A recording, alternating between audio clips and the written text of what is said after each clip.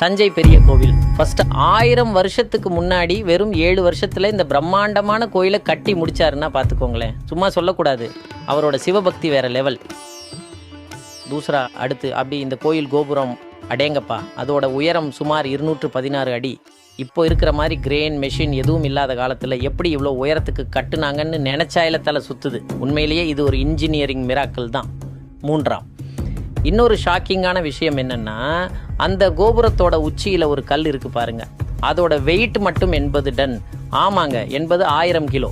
ஒரே கல்லில் செஞ்சு அந்த உருண்டையை எப்படி மேலே தூக்கிட்டு போனாங்கன்னு இன்னைக்கு வரைக்கும் யாருக்கும் சரியாக தெரியலை. செம்ம மிஸ்ட்ரி. நாலாவது பாயிண்ட், இது கொஞ்சம் சித்திரமானது. மத்தியானம் நேரத்தில் இந்த கோயில் கோபுரத்தோட நிழல் கீழேயே விழாதாம். இது கட்டிடக்கலையோட தந்திரமா இல்லை வேற ஏதாச்சும் ரகசியம் இருக்கான்னு இன்னைக்கும் எல்லாரும் பேசிட்டு இருக்கிறாங்க.